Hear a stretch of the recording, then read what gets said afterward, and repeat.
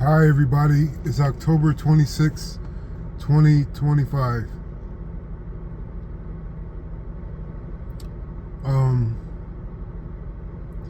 Being clingy is not what you want to be known for in this life, but the concept of being clingy is kind of passionate. It's kind of honorable to be clingy to certain things, and it could be even good to be clingy towards certain people, because when you are clingy in the right capacity, you are grateful in the moment. You are awed by this person or by this thing that has captivated your attention, and you want to help it. You want to give to it. You want to foster it and help it grow. So being clingy towards working towards a better life is good. Being clingy towards someone who makes you feel like you're in heaven, that's good. It's just the way that you choose to do it, so you keep it healthy, keep it less toxic. But to build upon something or someone that is great in your life it could be a catalyst for deleting massive amounts of pain. So I get to the concept of evaporation. In this life, evaporation is totally a dynamic force, one of the forces of spiritual life. Evaporation comes for the good and the bad. Evaporation of a bad situation is usually remedied by one night's sleep. And the next morning, things are more manageable, things are less painful, you could put things into perspective after a bad day. The heaviness of the bad event or the bad circumstance, 50% of it evaporates overnight while you sleep, or 50% or more. It depends on the situation. And also that could be on the other side, where you could be having the most perfect day. Things are going your way, things are turning out great, and then you turn around and somebody insults you, and that whole great day just evaporates in that moment. But the funny thing is, after a night's rest, you wake up and you realize how lucky you were from yesterday, and you get some of those good feelings back. So the best way to deal with evaporation of certain aspects in our life is not to appreciate them in the moment only, and it's not to take them with a grain of salt.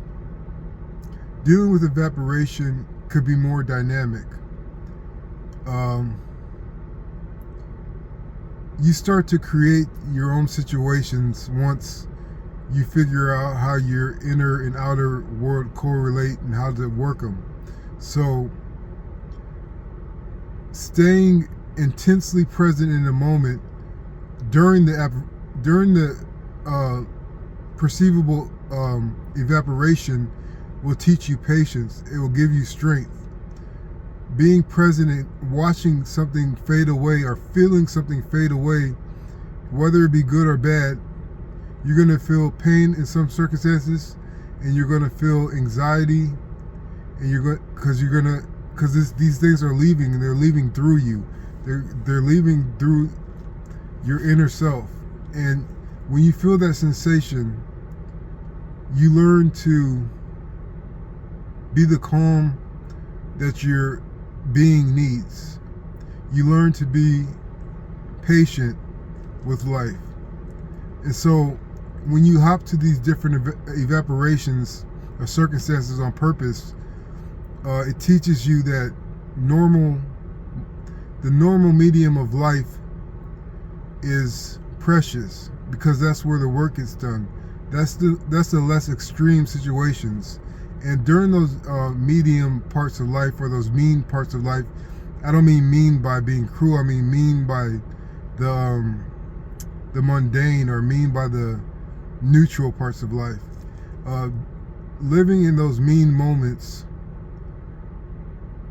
you feel like you have the gift of time.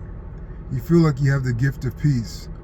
And this is where you create. This is where you create passion. This is where you create the next step that you need to go to. And during these mean parts of life, reflection and healing and just planning is more fruitful in those stages. And so when you get to the next extreme situation and that evaporates again,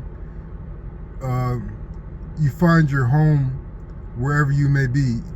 You could build your spiritual home on sand. You could build your spiritual home on water. You could build it on a mountain in the desert. But once you master the presence to stay yourself and to stay believing and have faith in all these situations, it doesn't matter where you build your home because you sustain it. You are the foundation. So this becomes a practice of strength that the Father gives you, and a practice of bringing peace and stability into your life. This isn't about being perfect, because even if you do all the right things, you can't be perfect. Only God can be perfect. It's not about being perfect. It's more of being more effective in your life. If you are always volatile and always scatterbrained and always being controlled by your emotions, it's just like flailing in water. Just because you are swimming neatly in a straight line doesn't mean you're perfect. It just means you're more effective. So I hope this helps. Thanks.